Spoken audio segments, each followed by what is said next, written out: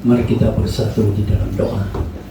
Ya Tuhan, kami bersyukur kalau saat ini Engkau hadir di tengah-tengah kami, mau menjamah hati kami, supaya sungguh ya Tuhan kami mendengarkan Engkau dan memelihara firman-Mu di dalam hati kami, menjadi pedoman, petunjuk bagaimana seharusnya kami hidup untuk memuliakan nama-Mu.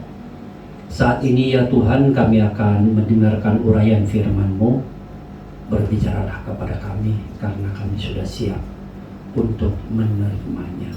Di dalam nama Tuhan kami, Yesus Kristus, kami sudah berdoa. Amin. Shalom jemaat yang dikasihi oleh Tuhan. Hari ini kita akan melihat satu bagian dari Alkitab di dalam kitab Mazmur, pasal yang ke-100, ayat pertama hingga ayat yang kelima. Kitab Mazmur 100, ayat pertama hingga ayat yang kelima, dengan judul perikop, Pujilah Allah dalam bait-Nya. Beginilah bunyi firman Allah. Mazmur untuk korban syukur. Bersorak-soraklah bagi Tuhan, hai seluruh bumi. Beribadahlah kepada Tuhan dengan sukacita. Datanglah ke hadapannya dengan sorak-sorai. Ketahuilah bahwa Tuhanlah Allah. Dialah yang menjadikan kita, dan punya Dialah kita, umatnya dan kawanan domba gembalaannya. Masuklah melalui pintu gerbangnya dengan nyanyian syukur, ke dalam pelatarannya dengan puji-pujian. Bersyukurlah kepadanya dan pujilah namanya. Sebab Tuhan itu baik, kasih setianya untuk selama-lamanya, dan kesetiaannya tetap turun-temurun. Demikian jauh pembacaan firman Tuhan. Berbahagialah kita yang menyimpan dan memelihara firman-Nya di dalam hati kita. Saudara sekalian, kita semua adalah orang yang percaya kepada Tuhan. Kalau ada orang yang bertanya, apakah engkau percaya Tuhan? Yes. Ya, saya percaya Tuhan. Apakah engkau beribadah kepada Tuhan? Ya, saya beribadah kepada Tuhan. Apakah engkau mau mengikut Tuhan Yesus sepanjang hayatmu? Ya, saya mau mengikut Yesus sepanjang hayatku. Seharusnya itulah jawaban yang kita berikan kepada orang-orang yang bertanya. Bahkan seharusnya itulah pengakuan dari iman kita yang sesungguhnya. Dalam firman Tuhan yang kita baca tadi berbicara tentang umat Tuhan, yaitu orang Israel, yang kemudian dibela oleh Tuhan sepanjang hidup mereka. Tetapi masih ada yang tidak mau menaati Tuhan, tidak mau mengikut Tuhan.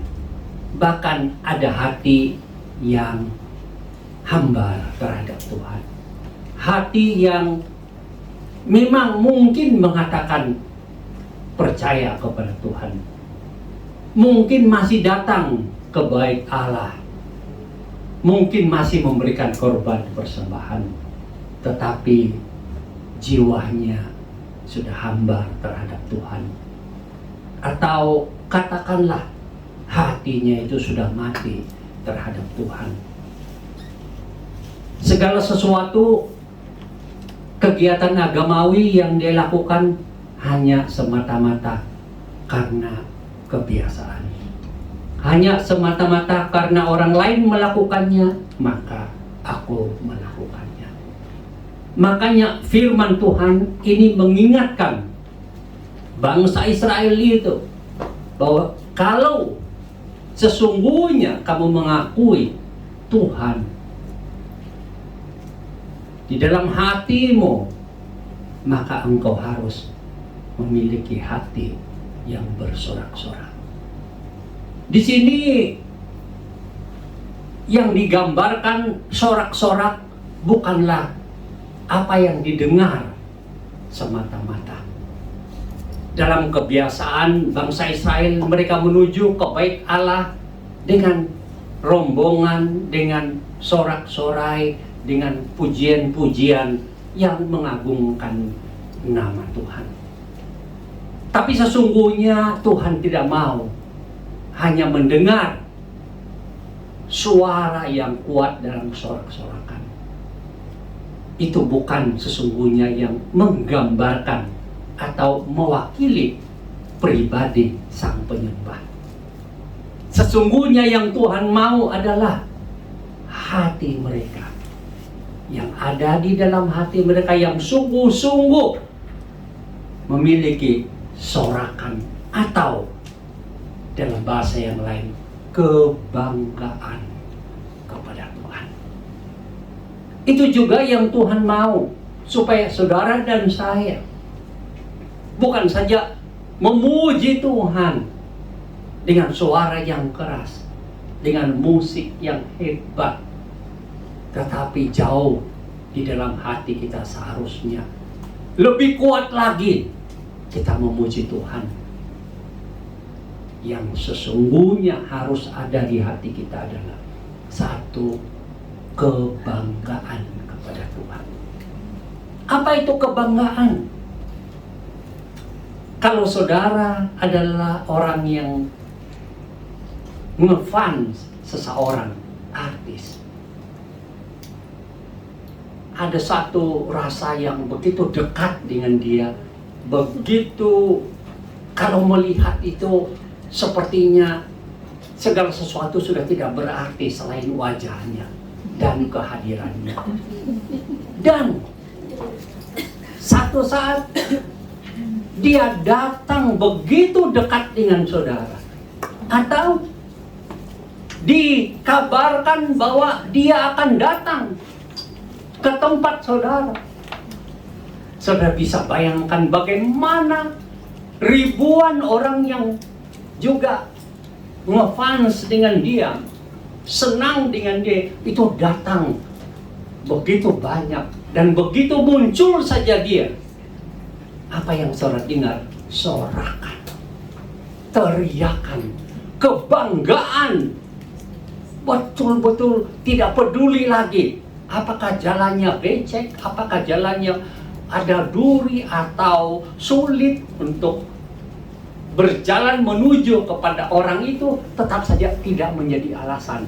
Kebanggaan itu menjadi sesuatu yang menonjol begitu tinggi sehingga dia berkorban apa saja asalkan dapat melihat lebih dekat, apalagi kalau bisa bersalaman dengan sang pribadi idolanya. Itulah yang namanya bangga, kebanggaan. Begitu. Di sini Tuhan mau supaya hati kita yang paling dalam itu, setelah percaya kepada Tuhan di dalam Yesus, menerima Yesus menjadi juru selamat kita, senantiasa ada kebanggaan terhadap Tuhan, terhadap Yesus. Dimanapun kita pergi, kita bertemu dengan siapa saja, dan mereka bertanya, apa agamamu, apa kepercayaanmu, apa keyakinanmu. Di dalam hati kita, karena ada satu kebanggaan terhadap Tuhan di dalam Yesus yang kita imani, langsung saja kita mengatakan, aku percaya kepada Tuhan Yesus, Dia juru selamat dan Tuhanku, tanpa ada sedikit pun rasa malu. Itu kebanggaan yang ada di hati yang kemudian bisa muncul. Apa yang terjadi kalau kita menyebutkan nama Yesus yang kita imani pun sulit? Apa yang terjadi kalau orang bertanya dan saudara mencari alasan-alasan, agamamu dan agamaku begitu tanpa berani mengatakan bahwa aku percaya kepada Tuhan di dalam Yesus, aku percaya kepada Yesus, itu artinya hati saudara itu tidak ada kebanggaan terhadap Tuhan yang sesungguhnya saudara imani. Apa sih sulitnya mengaku dan bangga kepada Tuhan di dalam Yesus? Apa sih sulitnya bangga dan mengaku Yesus Juru Selamat dan Tuhanmu? Makanya firman Tuhan sekali lagi menuntut kita supaya masuk ke dalam hati kita yang dalam dan memeriksa setiap sudutnya. Apakah ada kebanggaan kita terhadap Tuhan yang kita imani? Apakah ada kebanggaan kita kepada Yesus Kristus yang kita imani? Di sini firman Tuhan mengatakan, banggalah sepanjang hayatmu terhadap Tuhan yang kamu imani, yang kamu percayai. Karena itulah sesungguhnya arti beriman kepada Tuhan. Itulah sesungguhnya arti menjadi umat Tuhan. Itulah sesungguhnya arti kita memutuskan untuk mengikut Yesus sepanjang hayat kita. Itulah artinya kita meninggalkan kepercayaan lama kita dan mulai melihat Yesus dan percaya menerima Dia menjadi juru selamat kita. Itulah seharusnya memberikan semangat kepada kita. Kebanggaan ini wujud saat kita beribadah seperti ini. Kenapa saudara datang beribadah? Kenapa saudara mau duduk di sini dalam waktu yang cukup lama? Bukan karena ada teman, bukan karena ada pujukan-pujukan dari teman dekatmu bahwa harus datang, walaupun mungkin itu kadang ada dan dilakukan karena ada orang-orang tertentu yang memang hatinya lemah, tidak bisa memutuskan apa yang penting dalam kehidupannya. Makanya ada yang Tuhan panggil untuk mendorong, untuk menguatkan. Tetapi sesungguhnya kita berada di sini karena hati kita bangga, bersorak-sorak mengenal Tuhan yang benar di dalam Yesus. Bangga karena percaya kepada Tuhan Yesus, Juru Selamat dan Tuhan kita. Kesetiaan kita setiap minggu beribadah dan mengikuti kegiatan-kegiatan Kristiani adalah karena di dalam hati kita itu ada kebanggaan yang berkobar-kobar terhadap Tuhan. Ada orang yang sudah mulai memikirkan tentang ibadah pada hari Sabtu, hari Jumat, hari Minggu pokoknya aku mau beribadah. Hari Minggu pokoknya aku mau ibadah. Kenapa?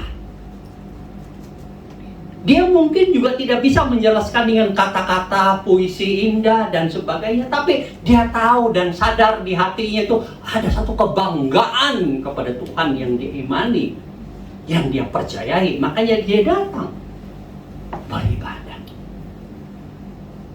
Kenapa saudara mau melayani Tuhan?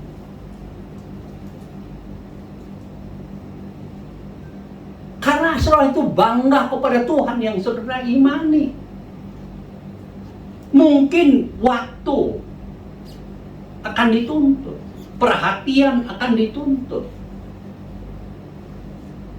Ada latihan, ada persiapan, ada doa. Tapi saudara tidak terganggu dengan semua tuntutan itu. Karena saudara bangga dengan Tuhan di dalam Yesus yang saudara kenal. Hati saudara itu tidak bisa berhenti berobat. Kebanggaan saudara itu seperti denyut jantung saudara yang tidak pernah berhenti, kadang lebih cepat malah.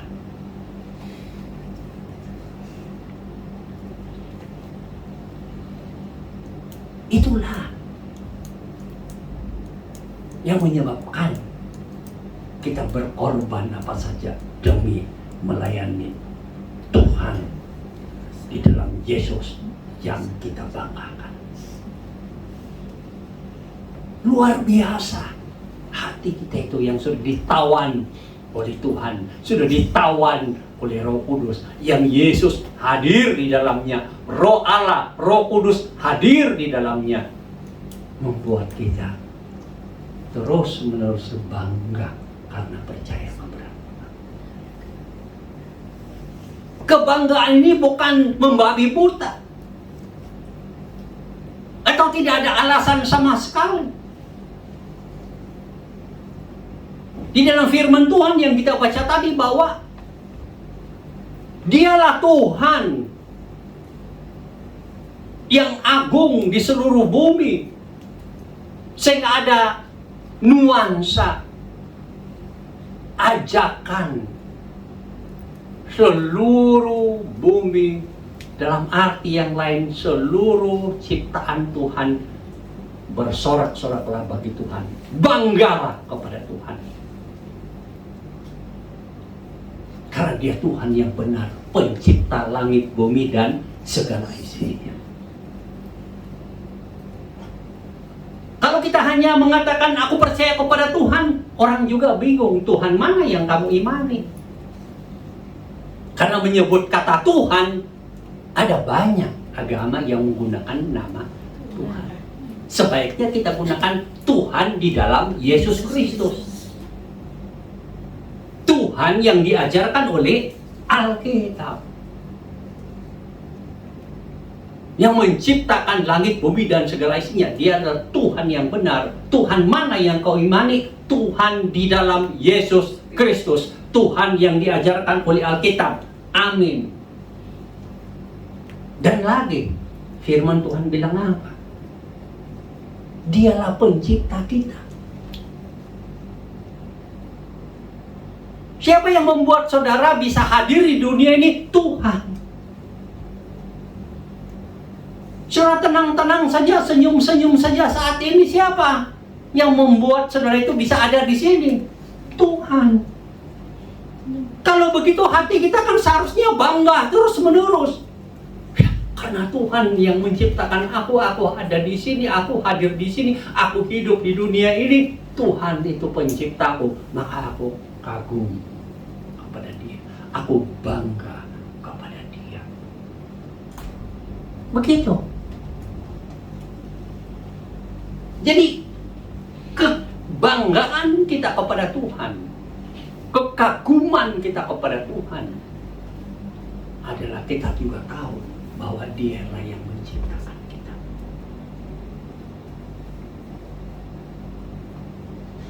Siapa yang menciptakan saudara? Tuhan. Jangan hanya berpikir, oh saya ada papa, ada mama, maka saya lahir. Iya, dari satu sudut memang. Tapi yang memberikan kehidupan sesungguhnya bukan papa, mamamu, Tuhan. Yang menganugerahkan hidupmu di dunia ini adalah Tuhan. Di dalam mata kita yang sejelas apapun penglihatannya, tetap tidak melihat karya Allah yang begitu luar biasa menjadi dan membentukkan kita. Dia pencipta kita. Makanya firman Tuhan, kagum, banggalah kepada Tuhan karena Dia penciptamu.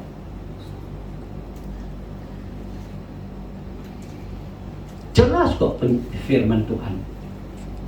Hanya orang-orang sesat yang mengatakan bahwa kita ini bukan ciptaan Tuhan.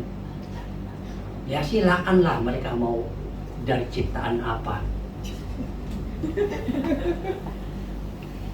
Tapi kita bangga kepada Tuhan karena kita tahu dan sadar kita diciptakan oleh Tuhan. Dia pencipta kita. Nah, kita bangga. Lagi dia bilang apa? Dia itu pemilik kita. Banggalah bahwa Tuhan itu pemilik kita. Bukan orang tuamu saja pemilikmu. Oh, itu terbatas.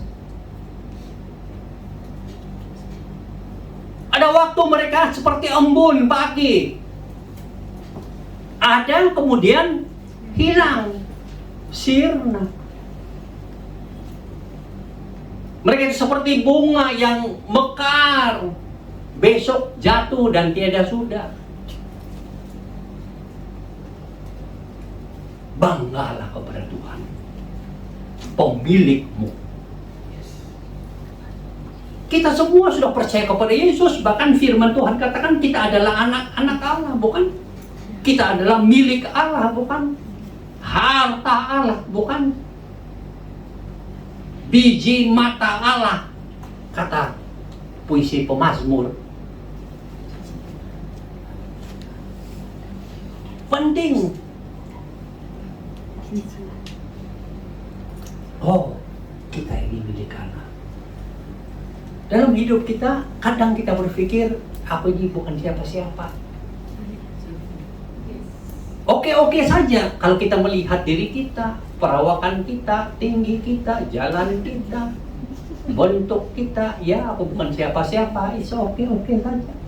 Oh, aku banyak kelemahan, aku banyak dosa di sini, oke-oke saja. Kita melihat diri kita itu sepertinya kurang berkualitas, kurang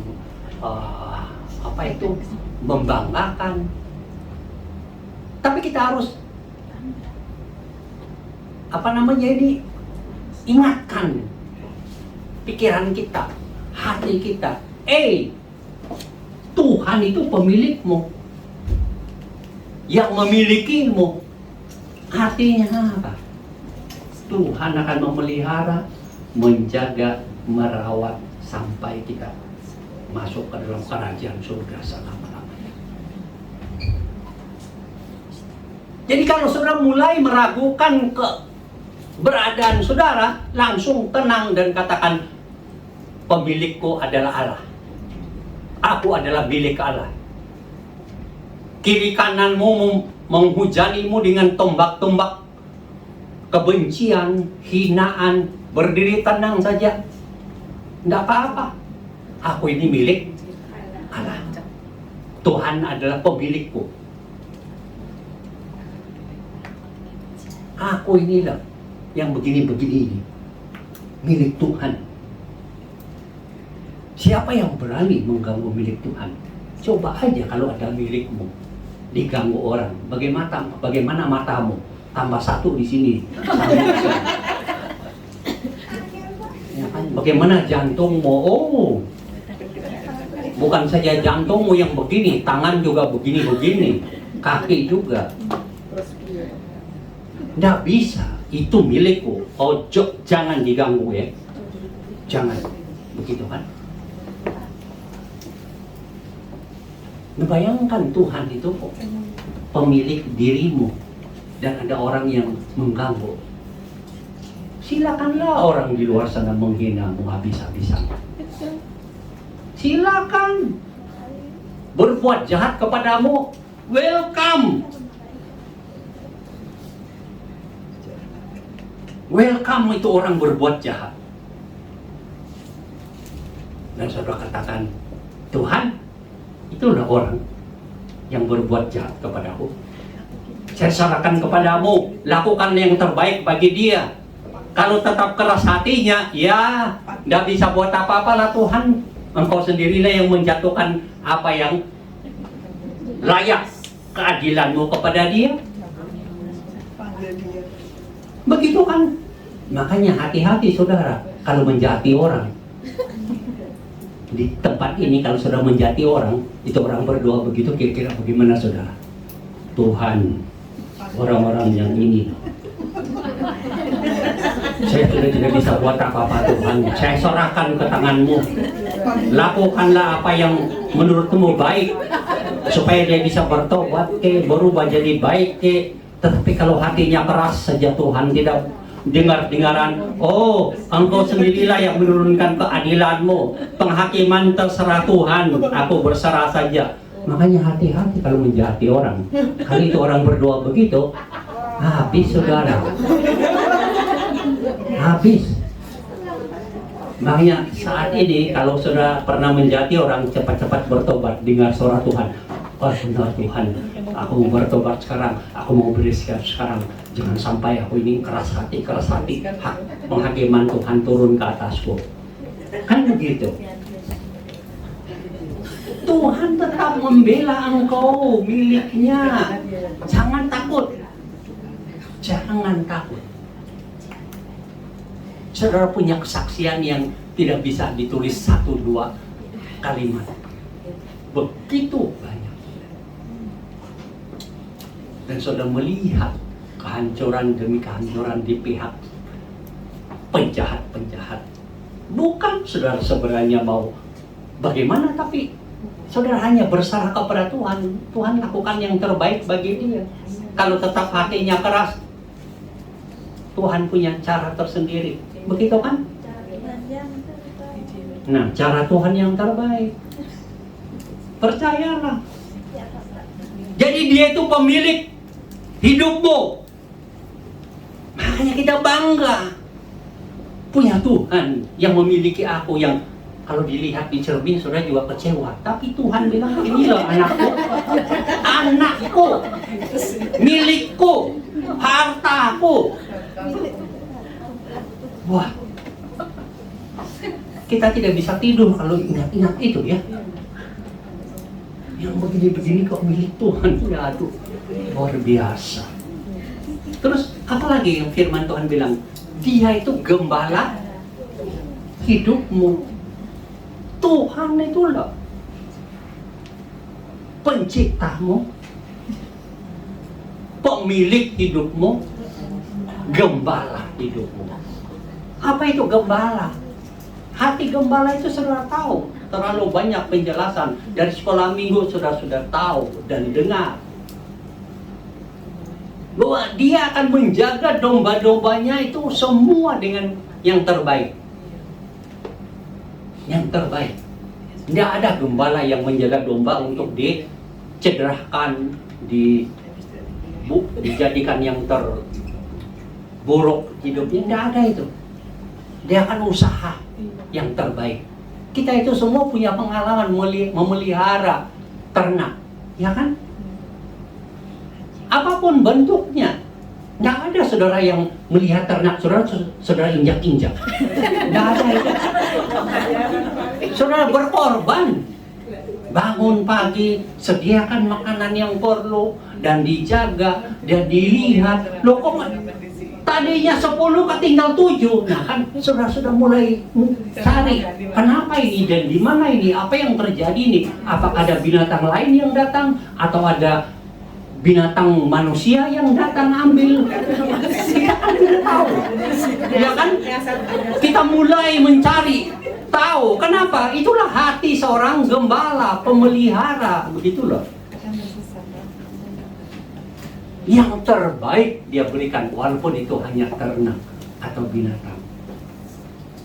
Oh, apalagi saudara dan saya. Tuhan bilang diciptakan menurut rupa dan gambar Allah.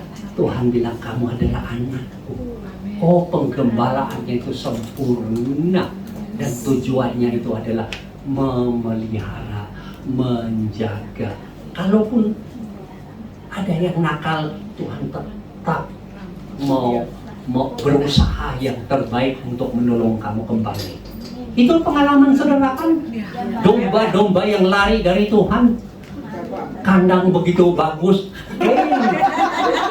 tetap aja ada jalannya kalau memang apa namanya itu?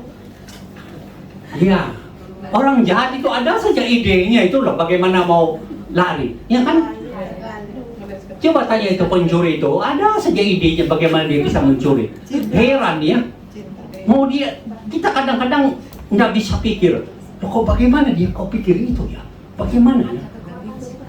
Pernah nggak saudara mengalami dicuri? Pernah. Saya masih ingat sekali waktu saya masih di mana ya? Di Malang. Pelayanan di Surabaya, Jalan Muhammad Toha, Surabaya, persis di sekitar kampusnya Petra.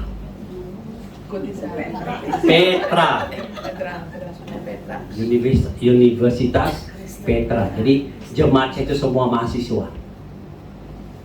Ya mantap lah. Terus ya kadang kan kita mau ke gereja di pusat sana, di kota agak jauh sedikit. Naik bis kan. Nah di bis itu kan banyak orang. Dan ada orang yang memang tukang copet Copet. dan berani. Jadi saya sudah tahu ini memang tukang copetnya ada di sini.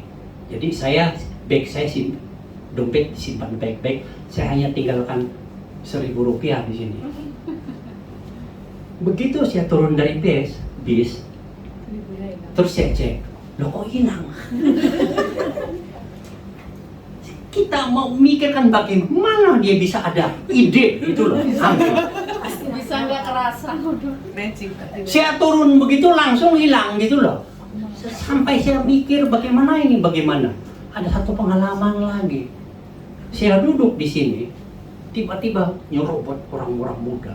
Memang ini orang yang mungkin hatinya lagi dipengaruhi oleh obat. Jadi rampas milik orang. Jadi ada orang di situ begini diambil dompetnya. Di depan semua orang. Terus masalahnya dia duduk di samping saya.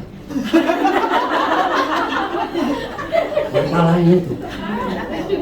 Terus kan ada jam. Dia mau rampas jam saya. Tapi saya waktu itu tidak tahu hikmat dari mana ya. Saya bilang jangan begitu aja. Jangan begitu saja. Jangan. Akhirnya itu orang lihat saya, jangan begitu saja saya tenang.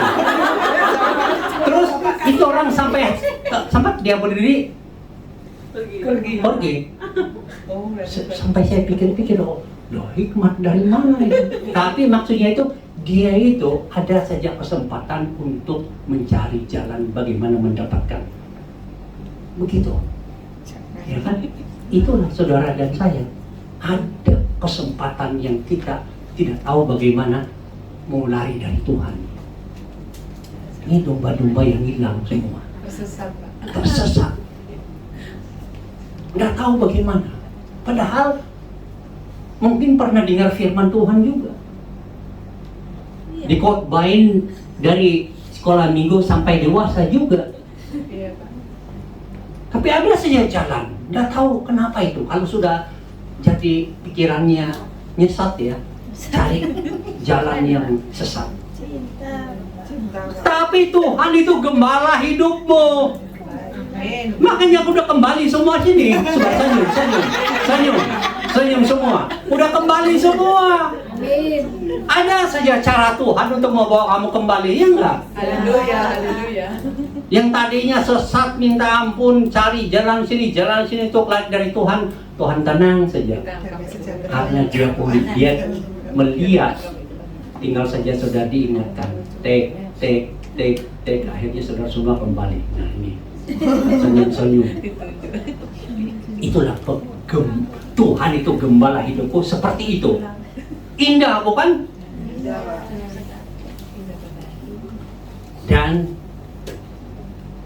itu alasan kita kenapa kita bangga kepada Tuhan. Ya, sehilang-hilangnya saya Tuhan temukan lagi. Aduh, Tuhan thank you. Coba kalau saudara itu Tuhan, ya udah mati-matilah kamu. Begitu kan? Tapi Tuhan tidak seperti itu. Tuhan tahu bagaimana membawa saudara kembali. Dan dibilang firman Tuhan itu baik. Betul.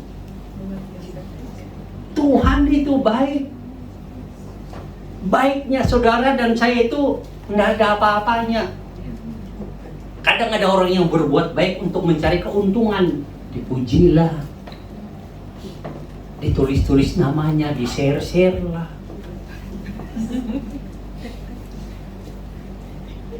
Supaya kalau saya berbuat baik ini mudah-mudahan Tuhan berkenanlah. Ya kalau saudara manusia berdosa, apapun kebaikanmu Tuhan tidak berkenan. Karena status saudara belum beres. Begitu kan? Tapi Tuhan itu baik. dalam kehidupan kita sampai saat ini, coba lihat, hitung segala kebaikan Tuhan. Oh, saudara akan menangis. Betul. Nangis sekarang, nangis. Nangis. Betul. Kalau saya mulai mikirkan kebaikan-kebaikan Tuhan sampai saya menangis.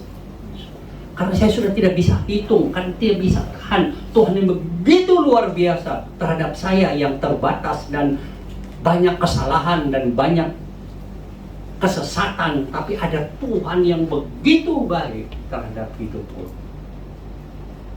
Makanya hitunglah berkat yang kamu sudah terima. Itu membuat kamu semakin dekat kepada Tuhan.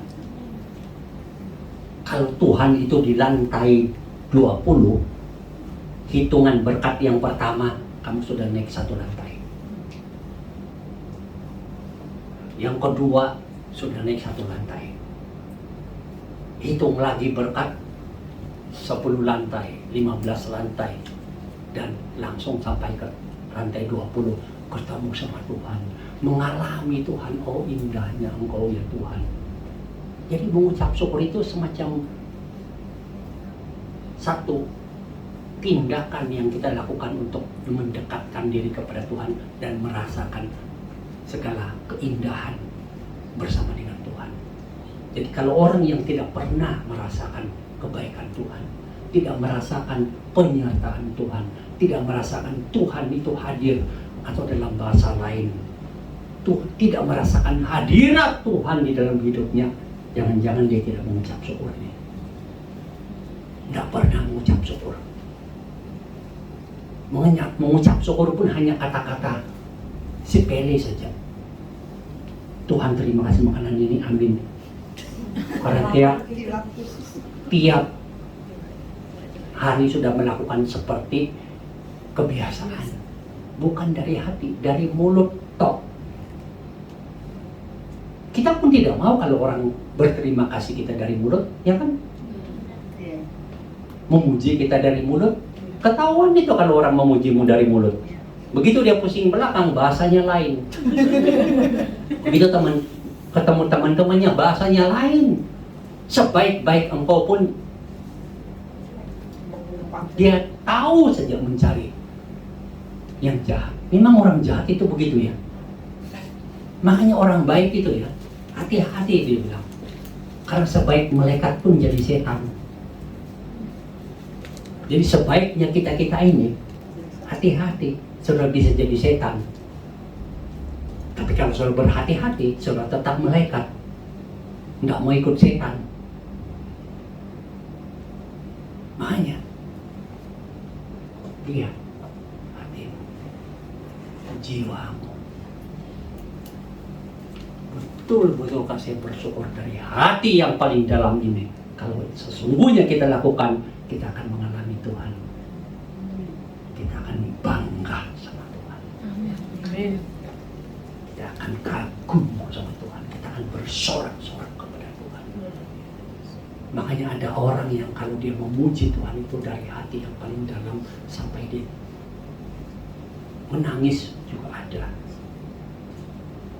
Makanya jangan saudara lihat kalau ada orang yang lagi menghayati, memuji Tuhan dan menangis, oh emosian, jangan.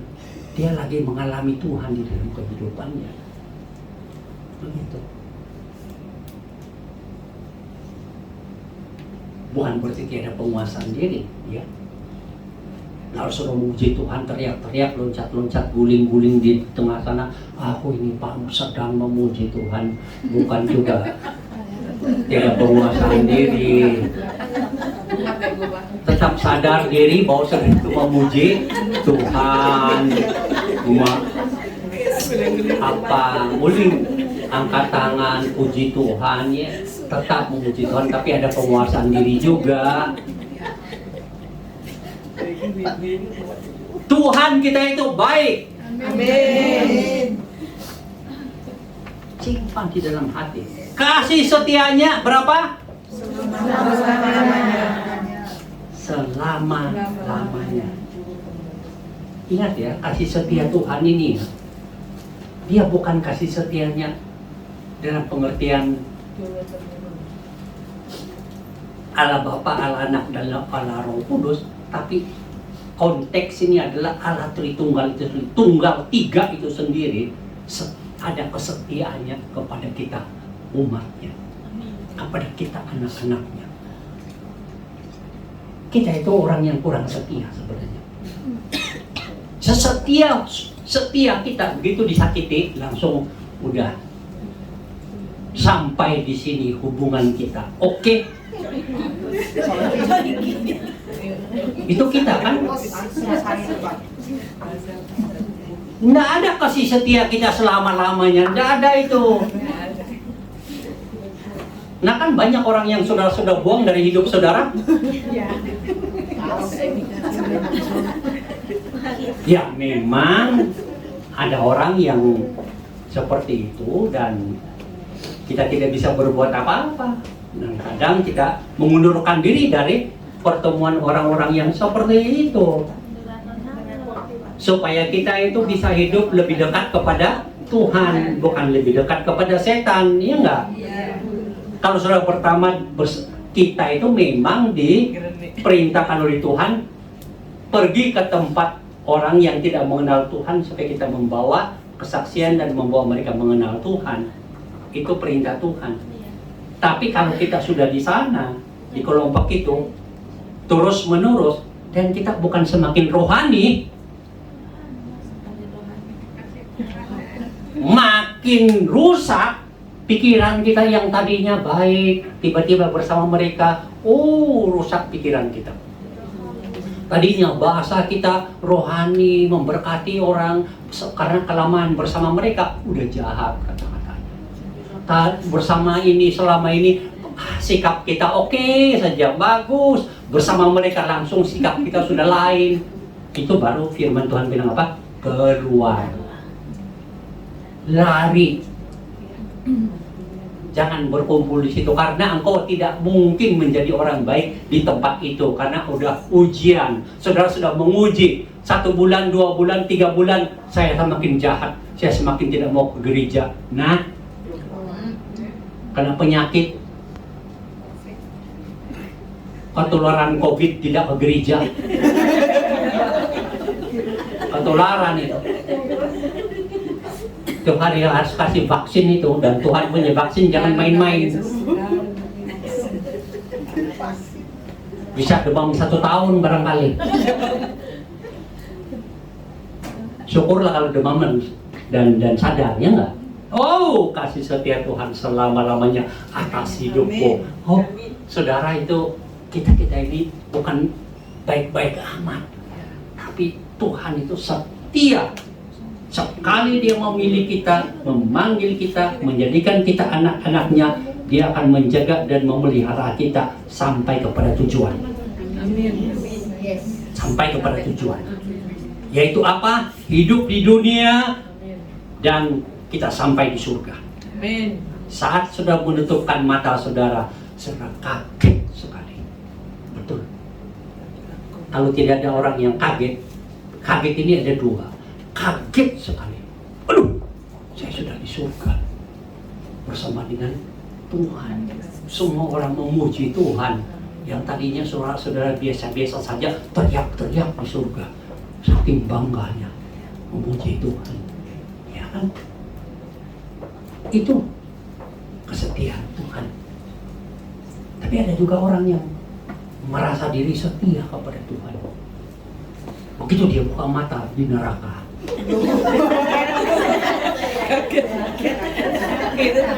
dia kaget juga dia. Loh, apa masalah ini? Kok semua panas? Ada AC. Panas ini, bagaimana ini? Kaget. Tapi saudara tidak bisa berbuat apa-apa.